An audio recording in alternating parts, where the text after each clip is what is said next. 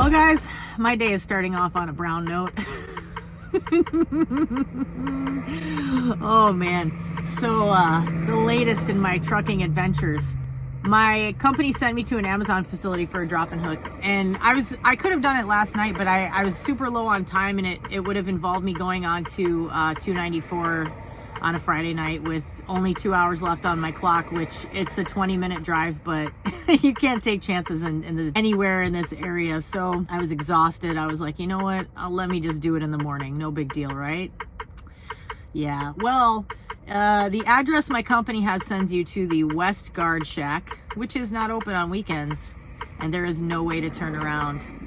And I'm currently backed up to it's not super busy, thankfully, but it's a busy enough street that I tried to think of all the alternatives before taking this step, and then I just had to say screw it, and I called the police, and I really didn't want to do that.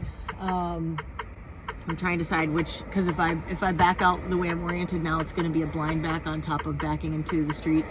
I might actually ask him to, I don't know, we'll see when the cop gets here. But yeah, I was like trying to strategize. I was trying to think if there were ways to back around, and there are two, like there's one that's not big enough for barely even a car. There's one little path here, and then there's like, it looks like a golf cart would use it or something. And then there are gated off parking, like roads that go into their parking lots that are for cars, and there's no truck signs. They're not big enough.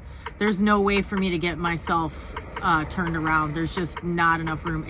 It's close, like it's an almost kind of thing, and I could tell that up closer to the guard shack there was like a super slim chance I might have been able to finagle a flip around, but I was like, I don't want to get stuck trying to do that when that could be a much more problematic situation than the one I'm in now. And this is the first time I've ever had to do this. I really don't want to ever have to involve police. It's a hassle. It doesn't really look good, but I also don't blame myself because I went exactly where I was supposed to go.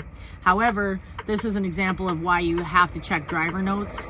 I wouldn't have thought to check driver notes and I almost did, but I was like, it's an Amazon, they're always open, you know, and it wouldn't have dawned on me that they would have a guard shack closed on weekends that there's no room to maneuver around. I was supposed to have a super short day today because the planners messed up, and they were trying to have me off today, which my day off is supposed to be tomorrow. So I asked them to give me some extra stuff, and they gave me an extra little drop and hook after this just so I could get some miles, but hopefully it won't take me too long to get out of this. This really is a bummer. And what's frustrating about it is there are breaks in the traffic where I'm like, I could back out, but it's just so not worth the risk. It's like if someone comes flying over this hill and there's an accident, I would automatically be at fault. And it's like, these are those times in trucking when you have to make a really unpleasant decision. Of course, now I'm talking and there's like no cars coming, but then there'll be a bunch and there's like it's like there's some breaks in the traffic, but not enough. And I really don't like being in this situation. It makes me feel like I look unprofessional, but man, I came to where I was directed, and I think it's kind of dumb that they have this closed off without having room for trucks to turn around. And I am willing to bet that I am not the first truck driver to do this, and I won't be the last.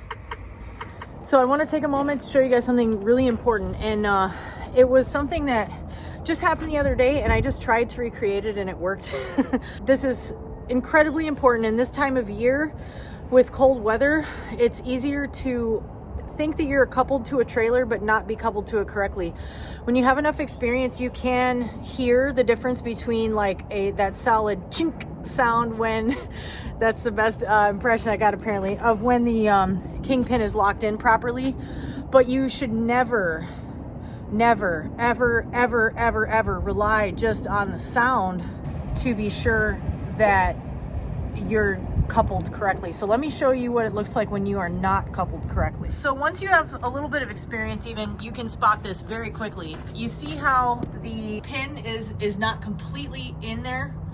So that's your first clue. Let me use my flashlight if that helps to make it a little easier to see. It's like 2 inches out. It shouldn't be that way. It should be all the way against the fifth wheel. So that's the first thing. But then when you look under here, you see how there's that line of silver? That's where you know for sure that kingpin is not all the way in.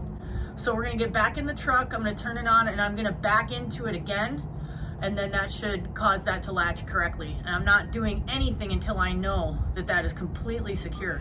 Sorry, my camera mount is weird here. I don't need my seatbelt. So let's see if we can hear that sound when I back into it again.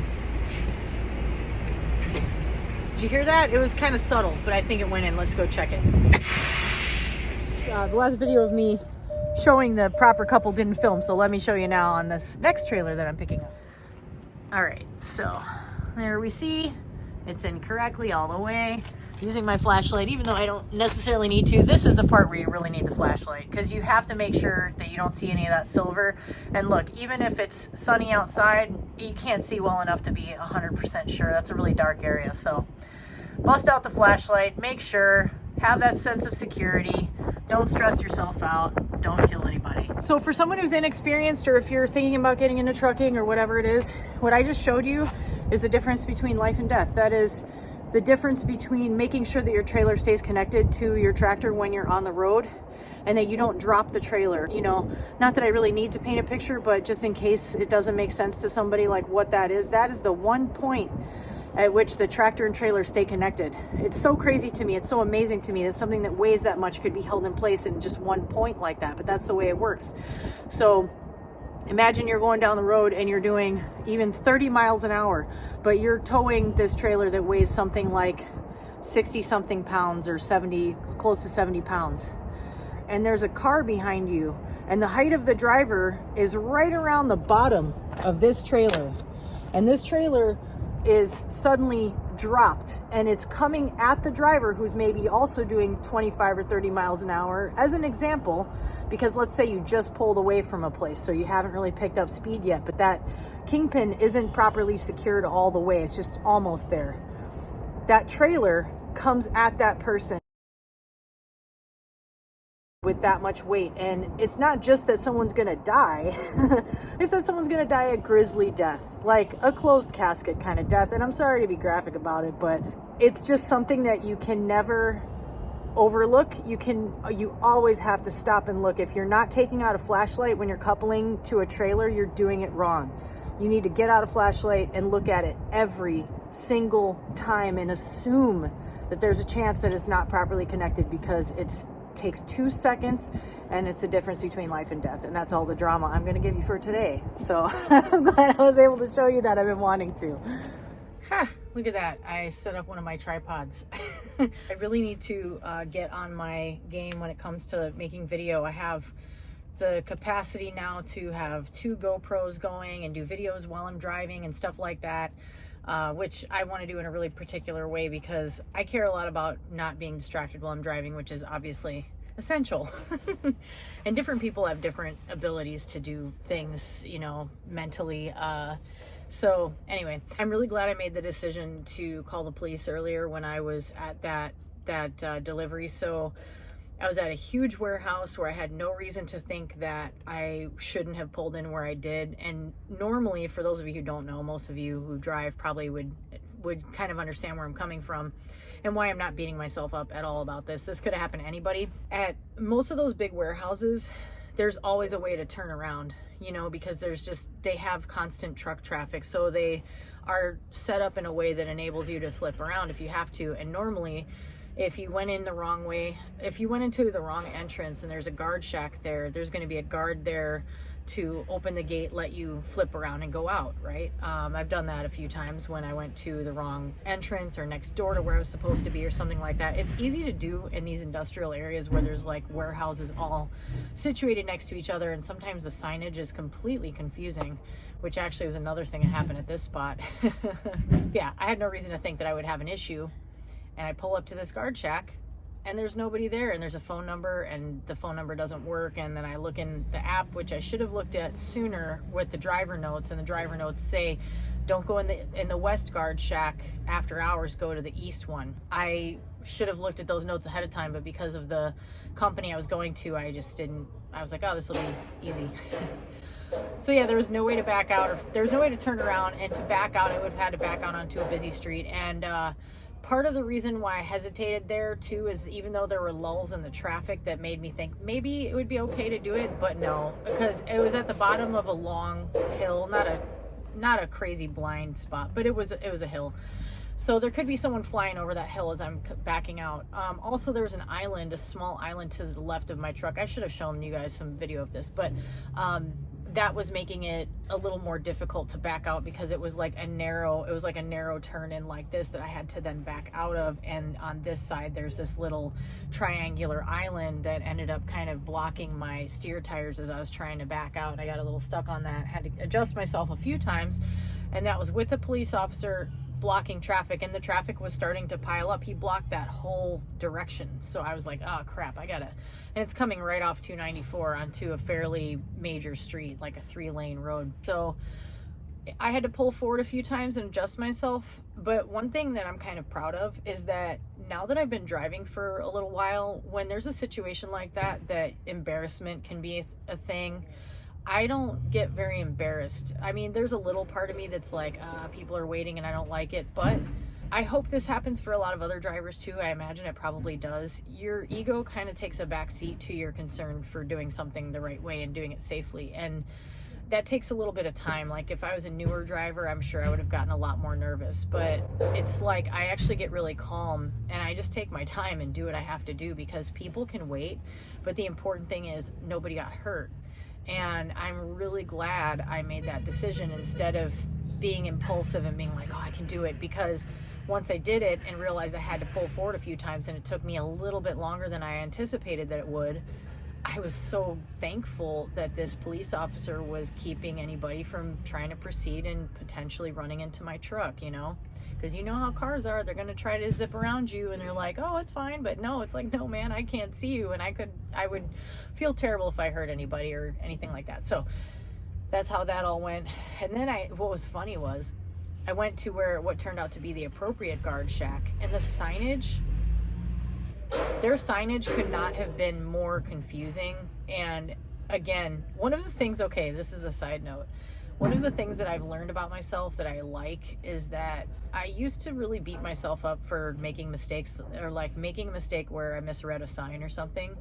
And now that I've been living enough life, and especially driving trucks for a while, and driving trucks is so humbling, if nothing else, it is humbling, that now when I make a mistake like that, I go, oh, well, other people make that mistake too. That easy. It's that simple. And I'm really grateful to have like gotten over that little step. That's like a little goal achievement in life of like, it's a not sweating the small stuff kind of thing. Like, oh, I misread a sign. I'm not stupid. I just misread a badly written sign, which a lot of other people did too and made the same mistake.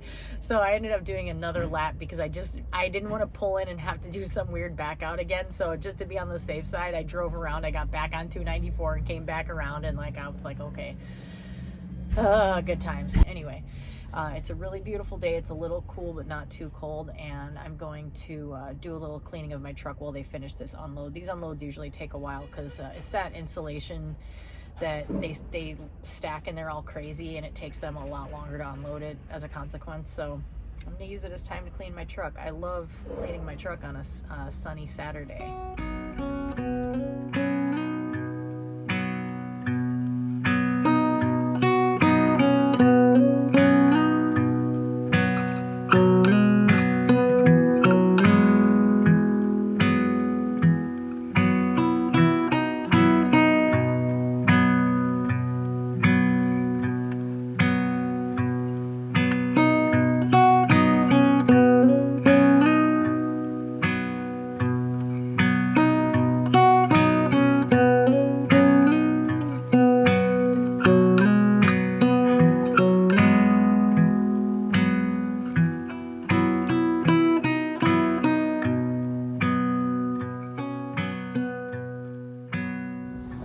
From my favorite place. I just wanted to close out this video with a little share of just, this is paradise to me. This is my paradise, and it's around, well, it's maybe not quite 40 degrees yet, but as I've said in previous videos, when you're used to it being colder than that, it feels really warm. It's amazing how much you adapt to different temperatures.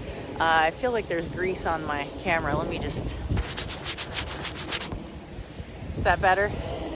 It's just like paradise. The sky is clear, the water's flat. You know I'm about to get in that water in a little bit here, and I have my little meditation cushion space set up just the way I love it. I have a little set of rocks that I keep here next to these grasses, and I'm always like tickled when I come back and they're still exactly where I left them, because I feel a sense of possessiveness over this place, but not exactly. You know, it's for everyone to enjoy, but there's just this little space that is the same space that I've been coming to for years to do my breathing exercises and my little meditative Zen time before I do my cold therapy. I just want to close out this video with this share of this beautiful morning on my home time. I spent the evening with my best friend last night, which was really awesome. We never get to see each other enough, and it's just so important to reconnect. And I'm planning to make a video on that subject, talking about the isolation that we experience in trucking and loneliness as a subject and the way that I've framed that in my life and experienced it. And so look for that coming up soon. I need to preview it because I need to make that video and I keep putting it off. I wanted to close this out by saying one thing. So I'm getting close to 1,000 subscribers, and when I get to 1,000 subscribers, I can monetize my channel. And there are people out there who I've received messages or comments on other videos where people can get really salty about you saying please like and subscribe, or like they consider it like grubbing for subscribers. And I really wholeheartedly disagree with that mindset. I couldn't disagree with it more, and here's why. I'm a creative person. I have a degree in art and journalism. I have talent. I know that I have talent, and I'm capable of making content that keeps people interested and entertained. But even more importantly for me, a major mission, as I've always said about this channel, or of this channel, is to inform. I want people to know what it's like to be new in a very difficult industry. I want to help people learn things that can help them make a decision about whether they want to do it, or maybe once they're already in it, they can gain some insight from what I have to share as a novice. I think that's valuable, and I don't agree with the mindset that somebody who wants to profit from sharing a creative endeavor that they're doing is somehow being greedy about it, because it takes time. It's an investment of time and effort and intellectual energy and all kinds of things, creative energy. So that's worth something to me. So if it makes you mad that I ask someone to like and subscribe, you don't have to watch my channel, and that's okay, because other people are still going to probably watch it and they're going to like and subscribe, god damn it. And if they don't, well, hey, it's not the end of the world, but it takes a lot of time and energy to make these videos, and I really love doing it, and I want to do it more. And ultimately, I would like to do it enough that maybe I don't have to put as much energy and time into trucking, and I can put more into doing creative pursuits, which is my ultimate goal in life. I would like to be a working artist, go back to doing animal portraiture. That's something I think about often. But I digress. That's all I have to say on that. I hope you've enjoyed this video, and I really appreciate you watching. I love the comments. There are getting to be more comments, and I really try to respond to as many as possible. But if I don't, please don't take it personally. It's just that I'm working like 12 plus hours a day most days. And then my one day off, I'm usually running around, except for right now when I'm yammering and I'm about to enjoy this. This is just everything to me. This is everything. This is retirement. I just retired right here on this beach. Thank you guys for watching. I'll catch you on the next one.